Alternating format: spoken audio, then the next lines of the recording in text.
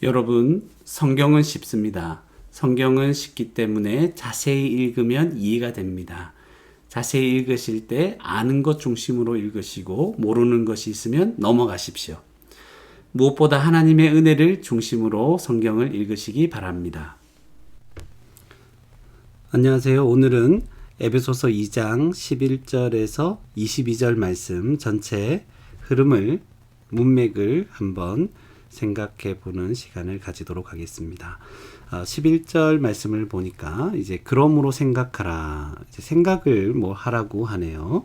너희는 그때 무엇을 생각하냐면 그때라니까 과거를 얘기하겠죠. 육체로는 이방인이다. 이방인. 그러니까 에베소 교회 성도들이 이제 이방인이었죠. 손으로는 육체에 행한 할례를 받은 무리라 칭하는 자들로부터 할례를 받지 않는 무리다. 그러니까 할례 받지 않는, 좀 복잡하게 느껴지지만 이제 흐름을 파악해야 되기 때문에 할례를 받지 않는 무리라 칭함을 받은 자들이죠. 그러니까 이방인이니까 할례를 받지 않았다는 것이죠.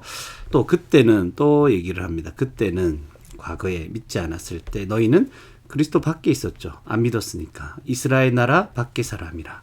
이스라엘하고 상관이 없죠. 이제 이방인이니까. 약속의 언약들에 대하여는 이제 약속의 언약들에 관계가 없죠. 외인이고 세상에서 소망이 없죠. 하나님도 당연히 없는 그런 자였죠. 그런 상태가 예전의 상태였는데 13절에 보면 이제는 전에 멀리 있던 너희가 그리스도 예수 안에서 그리스도의 피로 가까워졌다. 너희가 이제 가까워졌다. 이제 그런 말을 합니다. 그래서 11절에서 13절에는 이제 과거에 이제 에베소 교회 성도들이 이방인으로 있을 때 어떤 자들이었는가에 대해서 이제 생각하라. 그래서 그거에 대해서 많이 얘기를 하고 있습니다. 그래서 에베소 교회 성도들이 과거에 믿지 않았을 때 어떤 상태였는가 했을 때 이방인이다. 그때에 그리스도의 밖에 있었고 약속의 언약들에 대하여는 외인이고 소망도 없고 하나님도 없는 이제 그런 자들이었다는 것이죠. 그런 이방인의 이제 상태. 그것에 대해서 이제 생각하라 말합니다. 그런데 이런 이방인이었던 상태가 어떻게 됐다고요? 이제 그리스도의 피로 말미암아 가까워졌다.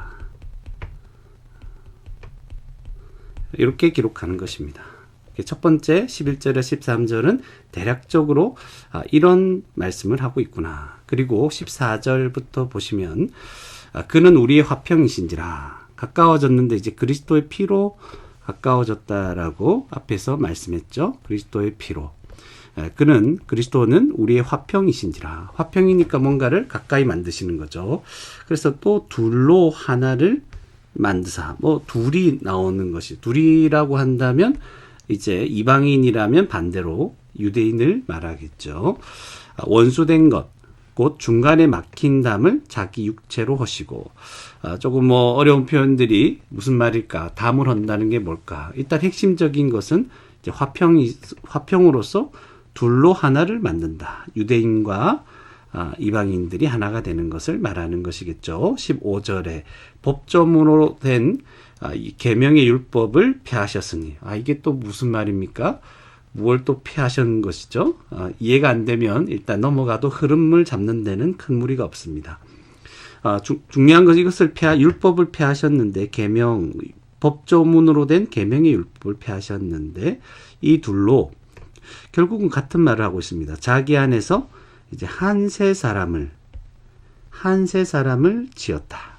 그래서 화평하게 하시고 지속적으로 예수 그리스도가 화평이시고 이 둘로 하나 만드시고 한 세 사람을 만드셨다. 또 16절에 보니까 십자가로 결국 예수님이 하신 일은 십자가로 화평이 되시는 것이죠. 이 둘을 한 몸으로 하나님과 화목하게 하려 한 몸이 되게 하셔서 하나님과 화목하게 하려 하신 것이죠. 그래서 원수된 것을 십자가로 소멸하셨다. 그러니까 하나님과 이런 관계에서 원래 하나님 죄인으로서 하나님의 진노를 받는 자들이었는데 한 몸으로 유대인과 이방인 모두가 한 몸이 되어서 하나님과 화목하게 되는 것이죠. 17절에 보니까 또 오셔서 먼 데 있는 너희에게 이제 평안을 전하시고 가까운 데 있는 자들에게 평안. 멀리 있다 가까이 있다 이런 말을 쓰는데 또 두 종류의 사람들을 구분하겠죠. 그렇다면 이제 한 종류는 이방인이겠고 한 종류는 유대인이겠죠. 누가 가까이 있을까요? 유대인이 가까이 있다 이렇게 보통 그렇게 생각을 할 수 있겠죠. 멀리 있었다. 그리스도의 밖에 있었던 자들이기 때문에 이제 그 이방인들이겠죠. 18절에 이는 그로 말미암아 우리 둘이 한 성령 안에서 아버지께 나아감을 얻게 하려 하심이라. 그래서 결국은 또 둘이 나오네요. 둘이 한 성령 안에서 아버지께 나아감을 얻게 하려 하심이라. 그러니까 여기서 이제 강조되고 있는 부분은 계속해서 예수 그리스도로 말미암아 예수 그리스도가 화평이 되십니다. 어떻게 화평이 되시느냐 했을 때 이제 십자가로 말미암아. 그래서 그 결과로 어떤 일이 일어났습니까? 둘로 말미암아 둘이 하나 또는 한 몸, 한 세 사람이 되게 하셨다. 그래서 이렇게 유대인과 이방인이 하나가 되어서 누구에게 나아갑니까? 하나님께 나아가도록 하시는 것이죠. 그래서 14절에서 18절까지의 흐름도 이와 같은 것이죠. 그래서 앞에서 11절에서 13절에는 과거에 너희가 이제 이방인이었는데 예수 그리스도의 피로 말미암아 이제 가까워졌다. 그런데 이 예수 그리스도로 말미암아 그분의 십자가 사역으로 이 둘이 유대인과 이방인이 하나가 되었다. 단순히 가까워졌을 뿐만 아니라 하나가 되어서 한 몸, 한 세 사람. 결국 이것은 이제 교회를 말하는 것이죠. 예수 그리스도를 믿는 모든 성도들, 교회를 말하는 것이죠. 하나가 되어서 하나님께 나아갈 수 있게 되었다. 계속해서 본다면 19절에 그러므로 이제부터는 너희는 외인도 아니요. 이제 외인이 아니자. 예수 그리스도를 믿기 전에는 이제 외인이었는데 너희는 외인도 아니요. 나그네도 아닌 거예요. 그리고 오직 성도들과 동일한 시민이고 하나님의 권속이라. 이제 권속이라는 말이 이제 가족이라는 말인데 하나님의 가족이 된 것이죠. 그래서 과거의 그런 이방인의 모습일 때와는 전혀 다른 상황이 된 것입니다. 예수 그리스도 때문에 너희는 사도들과 선지자들의 터 위에 세우심을 입은 자라. 이게 무슨 말인지 모를 수 있습니다. 일단 흐름을 살펴보니까 넘어가면 그리스도 예수께서 친히 모퉁이돌이 되셨느니라. 그러니까 이게 정확하게 모퉁이돌이 모르시는 분이라 할지라도 예수 그리스도가 중심이 되어서 뭔가 지금 그런 터가 세워지고 그래서 너희가 그 안에서 세우심을 받았다. 그러니까 지금 건물에 대한 얘기가 나오는 21절에 보니까 그의 안에서 건물마다 서로 연결할. 갑자기 건물에 대한 비유가 나타난다는 걸 이제 눈치채게 됩니다. 그래서 건물인데 주 안에서 무엇이 된다고요? 성전이 되어간다. 그러니까 지금 에베소 교회 성도들 이방인이었던 자들이 그리스도로 말미암아 그를 믿음으로 말미암아 유대인과 한 가족이 되고 한 몸이 되고 한 세 사람이 되어서 교회가 되어서 이제 성전이 되는 거야. 놀라운 일이 벌어집니다. 22절에도 너희는 성령 안에서 하나님이 거하실 처소가 되기 위해서 그리스도 예수 안에서 함께 지어져 가느니라.